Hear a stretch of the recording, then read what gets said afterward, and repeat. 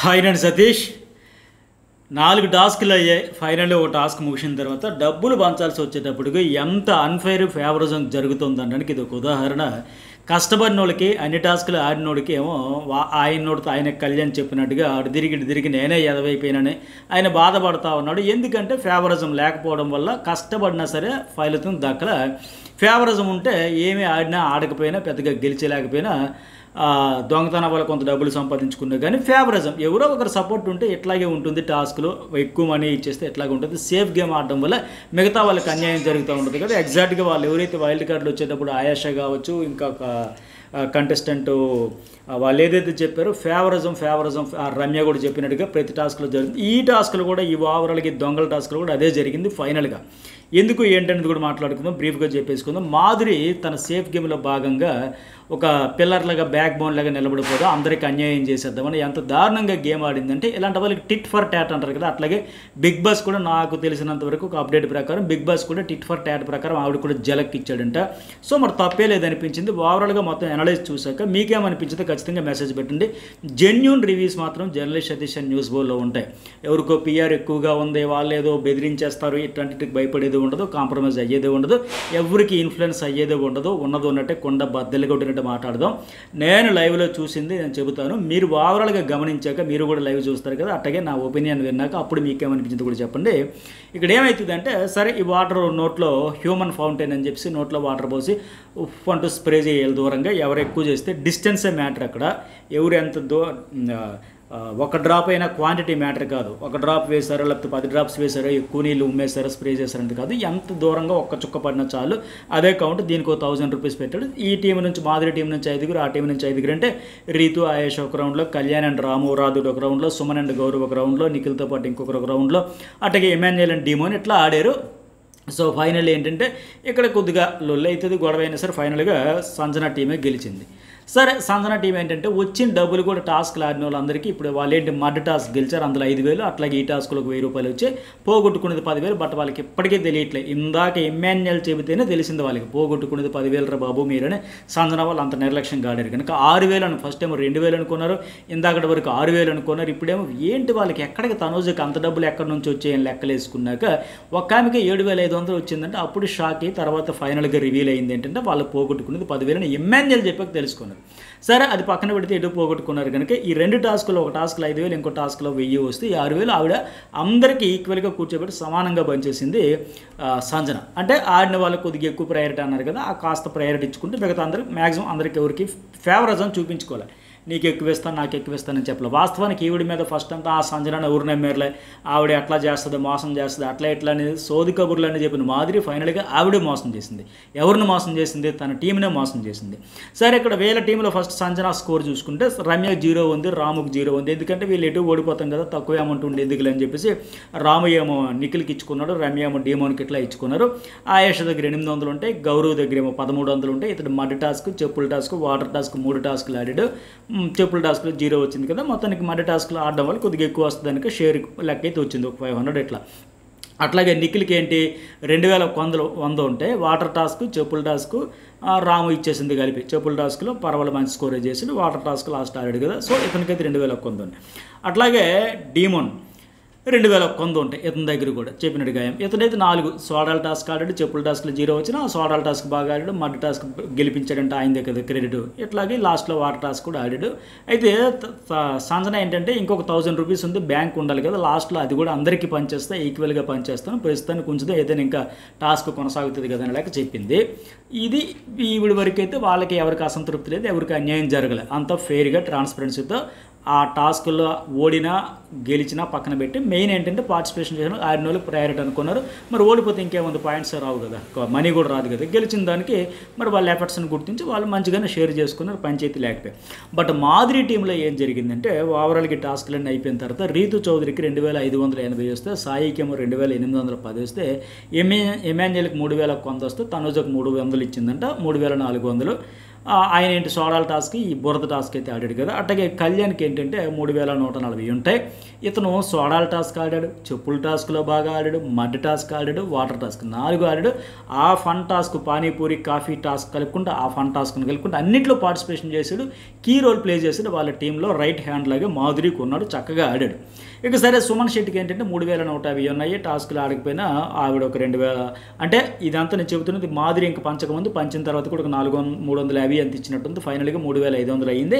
So ఇతనికి 2000 కొట్టేసిన డబ్బులు వచ్చినాయి. అట్టగా దివ్య కూడా ఏంటంటే 2000 వచ్చాయి, 3980 వచ్చాయి. వీళ్ళ ముగ్గురికే ఎక్కువ ఉన్నాయి. తర్వాత తనూజకేమో 7500 ఉన్నాయి. వీళ్ళ ముగ్గురికి దొంగలించేసిన డబ్బులు 2000 వస్తే మిగతా వాటి దగ్గర ఇప్పుడు సుమన్ శెట్టి టాస్క్లో లాస్ట్లో వాటర్ టాస్క్ ఆడాడు, 5 ఆడారన్నారు కనుక అట్లాగే మిగతా 3 టాస్కుల్లో సుమన్ శెట్టి పార్టిసిపేషన్ కాంట్రిబ్యూషన్ సోడాల్లో లేదు, చెప్పుల్లో లేదు, మడ్ టాస్క్లో లేదు. ఇతనికి 2000 కొట్టేసిన డబ్బులతో పాటు మిగతా వాళ్ళు గెలిచిన టాస్కుల్లో షేర్ వచ్చింది. అలాగే దివ్య విషయంలో కూడా చెప్పుల టాస్క్ మాత్రమే ఆడింది. బట్ ఈవిడ దగ్గర ఏంటి 3980 ఉంటే, సుమన్ దగ్గర 3150 ఉంటే, తనూజ దగ్గర 7500 ఉన్నాయి.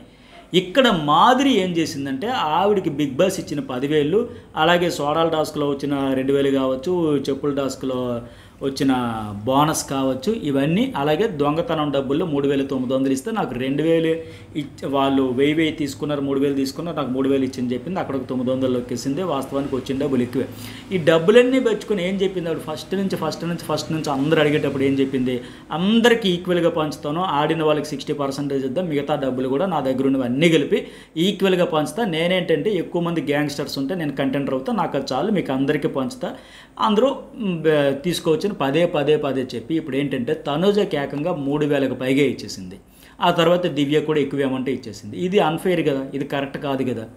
అంటే మరి తనూజకి ప్రతి టాస్క్లో కూడా ఏదో ఒక రకంగా బలమైన ఫేవరిజం, అది ఏదో ఒక రకంగా సపోర్ట్ అయితే జరుగుతూ ఉంది. ఈ విషయం చెబితే మళ్ళీ ఆవిడ ఫ్యాన్స్ కావచ్చు, ఫ్యాన్స్ కంటే ఏముంది లైట్ తీసుకున్న పిఆర్ అయితే లేదు, మీకు తనూజ్ అంటే నచ్చదు, తనూజ్ అంటే పడదు, తనూజకి మీరు యాంటీ ఎందుకు చెబుతారండి. ఇది ఫేవరిజం. నేను ఒక టాస్క్ గురించి చెప్పట్లా. ఇప్పుడు ఇద్దరు చెప్పిన టైప్ అవ్వాలి ఆడాలి అనే టాస్క్లో కూడా కళ్యాణ్ ఫైనల్లీ ఎవరూ పట్టించుకోలేదు, వదిలేశారని చెప్పి వీధిని పడ్డ బిడ్డలాగా అయిపోయింది. బర్నీ కానీ ఎవరూ పట్టించుకోవట్లేదు అని చెప్పి ఫైనల్గా శ్రీజ కళ్యాణ్ అనుకుని రకరకాల ఈక్వేషన్స్ స్ట్రాటజీలతో ఫైనల్గా ఒక బలమైన సపోర్ట్ కళ్యాణ్ వాళ్ళు వచ్చింది కదా. ఆ టాస్క్లో లేదంటే సుమన్ శెట్టి ద్వారా ఆడాల్సిన టాస్క్లు ఆవిడ ఒక దశలో వాళ్ళిద్దరు ఫిక్స్ అయిపోయారు. అంతిమంగా లబ్ధి చేకూర్చి వాళ్ళిద్దరు సపోర్ట్ అయితే చేశారు. అట్లాగే బర్నీ ఆ బెడ్ టాస్క్లో సపోర్ట్ చేయలేదు, వాటర్ టాస్క్లో సపోర్ట్ చేయలేదు. ఇట్లా అంటే కొన్ని సపోర్టింగ్ టాస్కులతో పాటు సపోర్టింగ్ లేని టాస్కుల్లో కూడా ఇప్పుడు అదొకటి ఏంటి, ఇలా అన్ని టాస్కుల్లో జరుగుతూ ఉంది. సరే ఇప్పుడు భరణి వెళ్ళిపోయాడు, నాన్న వెళ్ళిపోయాడు అనేసరికి ఇప్పుడు ఆ ప్లేస్లో అమ్మ మాధురి వచ్చేసి కాపాడేసి ఇంత అన్ఫేర్గా ఎట్లా ఒకే కంటెస్టెంట్కి ఈక్వల్గా పంచుతానప్పుడు అందరికీ ఒకేలాగా పంచాలి కదా. కానీ కనీసం పోనీ ఒక 50 అటు ఇటు చేయొచ్చు కదా. పోనీ ఎక్కువ హడావిడి చేశారు, కంటెంట్ ఇచ్చారు, ఎంటర్టైన్మెంట్ చేశారు, ఏ బేస్ చేసుకుని ఇచ్చేస్తుంది అట్లా. ఆవిడ మొత్తం డబ్బులు ఎక్కువ కొట్టేసిన తర్వాత అది షేర్ ఇవ్వకూడదు, నేను ఎక్కువ గొడవలు పడుతూనే అలా ఎక్కువ ఉంది తప్ప ఎంటర్టైన్మెంట్ పోనీ దాన్ని బేస్ చేసుకుని ఇచ్చేదానికైనా చెప్పడానికైనా ఎక్కడ ఎంటర్టైన్మెంట్ ఫన్ కానీ జోక్స్ కానీ జోవియలు కానీ అవి కనబడలేదు కదా. మేము కొట్టేసిన డబ్బులు ఎందుకు ఇవ్వాలి, గొడవలు పడింది అరిచింది అది కాదు కదా, ఇంకా మిగతా అన్నీ కూడా చూడాలి కదా పోనీ. సో దీన్నే ఫేవరిజం అంటారు. ఇప్పుడు మాధురి టీం ఏంటి, పోనీ తనూజ వల్లే నిలబడింది టీం అంటే అది కాదు కదా. కళ్యాణ్ దగ్గర డబ్బులు దాయడం దగ్గర నుంచి ప్రతి టాస్క్లో ఆడాడు, రైట్ హ్యాండ్లో నిలబడ్డాడు. అందుకే ఫైనల్లీ ఆ అమౌంట్లు అన్నీ చూసిన తర్వాత ఆయనకి పాపం అవాక్కయ్యాడు, బాధపడ్డాడు. అటు వచ్చి నేనే ఎదవని అయిపోయినట్టు అంటే ఎగ్జాక్ట్లీ ఎదవ అయిపోలే, ఎదవని చేసేసింది ఎవరంటే మాధురి. ఆయన బాధపడడంలో అర్థం ఉంది. సో ఇట్లాంటివే జరిగితే ఎట్లా మరి, ఒక కంటెస్టెంట్ విషయంలో ఏదో ఒక దశలో ఎవరో ఒకరు ఇలా సపోర్టింగ్ చేసేస్తుంటే మరి సపోర్ట్ మళ్ళీ ఆవిడ వచ్చి ఆయన ఆడలేదా, నేను చెయ్యలేదా, నువ్వు ఆల్రెడీ కొట్టేసి ఉన్నావు కదా, నీకు ఇది వచ్చింది కదా, ఇంత తీసుకొని అంటే మరి టాస్క్ ఓకే, దొంగల టాస్క్ ఎలాగైనా దోచుకోవచ్చు, దాని గురించి తప్పే పట్ల అద్భుతంగా ఆడింది, బ్రహ్మాండంగా లేపేసింది. ఐడియా కూడా సుమన్ శెట్టికి ఆవిడే ఇచ్చింది. మేము దివ్య నన్ను కలిపి వీళ్ళ మాటల్లో పెడతాం, నిఖిల్ గౌరవ్ వాళ్ళందరినీ నువ్వు వెళ్ళి లేపేసేయి అంటే సుమన్ వెళ్ళాడు, చక్క పెట్టేసాడు, వచ్చేసాడు, పంచుకున్నారు, అంతా ఓకే. ఆవిడ పర్ఫార్మెన్స్ అయితే బాగా చేసింది. దొంగ సొత్తు ఎందుకు పంచాలి, మాధురికి వచ్చిన డబ్బులు నువ్వు పంచుకో, నువ్వేమైనా చేసుకో. మేము దొంగిలించుకున్న డబ్బులు కూడా పంచుతానని నేను ఎవడు చెప్పమన్నాడు, నువ్వేమైనా చెప్పావా, అది ఎందుకు మేము ఇవ్వాలి, నువ్వు ఎందుకు పంచాలి, నువ్వు గట్టిగా స్టాండ్ తీసుకుంది, ఎవరికి ₹1 కూడా ఇచ్చేదే లేదని చెప్పింది, కరాఖండిగా చెప్పింది. ఫైనల్గా అందరూ టీం అందరూ కూడా రెవల్యూషన్ రావడంతో సరే కొంత షేర్ ఇస్తామని చెప్పేసి అంతవరకు బాగానే ఫైట్ చేసింది. కానీ ఫైనల్గా ఫేవరిజం లేదు అనేదానికి ఇది ఒక ఎగ్జాంపుల్ కదా. ఇప్పుడు మళ్ళీ పైగా ఏంటి పదే మాధురి వాళ్ళంతా ఆవిడ గురించి రీతు ఎమ్మెల్యేలు వెళ్ళిపోతారని పదే పదే చెప్పారు. రీతు ఎప్పుడైనా జంప్ అయిపోతుంది అని ప్రచారం చేశారు. కానీ రీతు ఆఖరి వరకు నేను ఇక్కడే ఉన్నాను కదా, ఎమ్మెల్యేలతో నేను కలిపి ఏంటంటే పానీపూరి తినేసి వచ్చేసాం. ఈ టాస్క్ నేచర్ ఎవరైనా సరే జెండా మార్చేయచ్చు, పార్టీ మార్చేయచ్చు, అటైనా పోవచ్చు ఇటైనా పోవచ్చు అంటే అక్కడ ఉన్న ఒక అడ్వాంటేజ్ని తీసుకుని టాస్క్లో భాగంగా బిగ్ బాస్ ఇచ్చిన అవకాశాన్ని మేము వినియోగించుకుని వెళ్ళాము, పానీపూరి చక్క తినేసాం వచ్చేసాం. ఇక్కడే కదా ఉన్నామంటే మాదిరి నో నువ్వు డబ్బులు పట్టుకుని వెళ్ళిపోతావు, నీ మీద నమ్మకం లేదు, మళ్ళీ అందరితో అమ్మ రీతు నమ్మొద్దమ్మా, రీతు డబ్బులు తీసుకువెళ్ళి డీమోనికి ఇచ్చేస్తుందమ్మా, నమ్మకూడదని పదే ప్రచారం చేసిన తప్ప అంటే ఊరికే ఒక బ్లేమ్ వేసేసి రీతి మాత్రం ఇక్కడే ఉంది కదా. ఆ అమ్మాయి అప్పటికి అడుగుతుంది, నువ్వు అందరికీ సమానంగా ఇస్తానన్నావని నేను ఇక్కడ ఉన్నాను, లేకపోతే నేను ఇక్కడ ఎందుకు ఉండాలి, ఈ టాస్క్ నేచర్ అంతే కనుక నేను అటు జంప్ అవుతానని అయ్యాను, తిన్నాను, వచ్చాను, ఇక్కడే కట్టుబడి ఉంటే నువ్వు ఇట్లా బిస్కెట్ చేసేస్తావా, ఇది అన్ఫెయిర్ కదా అని చెప్పేసి. సో ఇవన్నీ గమనించిన తర్వాత బిగ్ బాస్ అయితే మనకు మార్నింగ్ ఇంతకు ముందు ఒక వీడియోలో అప్డేట్ ఇచ్చా కదా. సరే మాదిరి మరి దొంగ అయితే అంతకంటే పెద్ద దొంగ నేను కదా, మాదిరి దొంగ లీడర్గా ఇలా గేమ్ ఆడితే మరి నేను కూడా గేమ్ ఆడాలి కదా, అసలే చదరంగం కదా రణరంగం ఉన్నాడు కదా. ఆవిడికి ఫ్యూజులు ఎగిరిపోయి అప్డేట్ ఇచ్చాడంటే ఏమన్నా షాక్ ఇచ్చాడంటే ట్విస్ట్. ఆ రీతు చౌదరికి కూడా అంత లాయల్టీ అయితే ప్రదర్శించింది ఆవిడ. ప్రతి దశలో కష్టపడింది, ఎంతో కొంత డబ్బులు సంపాదించుకోవాలి, ఆడుకోవాలి అనుకునేటప్పుడు ఆవిడ మరి కట్టుబడి స్టిక్ ఆన్ అయ్యే తన టీం కోసం ఉండేటప్పుడు గౌరవ్ను కూడా ట్రై చేసింది కదా, నువ్వు రేసులో లేకపోతే నాకు ఎన్ని ప్రయత్నాలు చేయాలి అన్నీ చేసుకుంది. సో సరే ఆవిడికి ఎటు అన్యాయం చేసిందని. అలాగే మాధురి విషయంలో కూడా సేఫ్ ఆడుకుంటూ పోయి ఒకరు బలంగా ఆడియన్స్లో ఫ్యాన్స్ ఉన్నారనో లేకపోతే పిఆర్ ఉందనో లేకపోతే ఓటింగ్ ఉందనో ఇలా సేఫ్ గేమ్ ఆడుకుంటూ పాయింట్లు ఉన్న ఫెయిర్గా ఆడకపోతే మెయిన్ ఏంటంటే ఈక్వల్గా పంచుతానని పార్షియాలిటీ చూపించిందనుక బిగ్ బాస్ బిగ్గెస్ట్ ట్విస్ట్ ఇచ్చి కిల్ హెర్ అని చెప్పేసి ఒక టాస్క్ ఇవ్వడంతో రీతు చౌదరి ఫసక్కం అనిపించేసిందంటే దెబ్బ కంటైనర్లోంచి కూడా తీసి పడేసాడు. టిట్ ఫర్ టాట్ ఇలా జరగాల్సిందే మాధురి లాంటి వాళ్ళకి.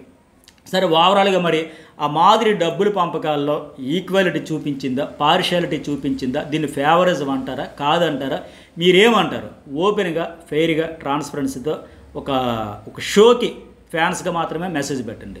అభిమానులుగా మీరు కంటెస్టెంట్కి వేరే బయట షోల్లోనూ అక్కడ ఇక్కడ చూసి అది కాదు, ఇక్కడ హౌస్లోకి వచ్చాక ప్రతి కంటెస్టెంట్ని ఈక్వల్గా చూడాలి మనం. ప్రతి టాస్క్లో ప్రతి అవకాశం దగ్గర ఎవరికి అన్యాయం జరిగింది, ఎవరికి న్యాయం జరిగింది, ఎవరు మోసం చేశారు, ఎవరు ఎట్లా ఆడారు. టాస్క్ నేచర్ అంతా దొంగలే, దోచుకోవాలి, దాచుకోవాలి, మోసాలు ఇవన్నీ జరుగుతాయి. బట్ అంతిమంగా పంచాల్సి వచ్చేసరికి ఫస్ట్ నుంచి మళ్ళీ ఎంత కబుర్లు చెప్పింది, ఆ సంజనాన్ని ఎవడు నమ్మాడని చెప్పింది. తీరా చూస్తే ఈవిడే తన టీం మెంబర్స్కి పోటు పొడిచింది. అందుకే కరెక్ట్గా అది ఒకవేళ నేను చెప్పినట్టుగా సీక్రెట్ టాస్క్ ఇచ్చి అది జరిగితే 100% ఈవెన్ పక్కన పెట్టేస్తాను, నువ్వు కెప్టెన్ కంటెండర్ నుంచి నిన్ను కిల్ చేసేసి. ఎందుకంటే చేస్తాడు బిగ్ బాస్, నాకు అనిపించింది. ఎందుకంటే రాము రమ్య జీరోలు కనుక మాలలు వేసి పక్కన పెట్టాను అన్నాడు, కిల్ హిట్ అంటే వాళ్ళు డెడ్ అయిపోయిన లెక్క. సో ఈవిడ కూడా టాస్క్ పరంగా అవుట్ అయిపోతే మంచి పని జరిగినట్టుగా. మరి మీకేమనిపిస్తుంది? ఫైనల్గా లైక్ చేయండి, మెసేజ్ పెట్టడం అయితే మర్చిపోకండి.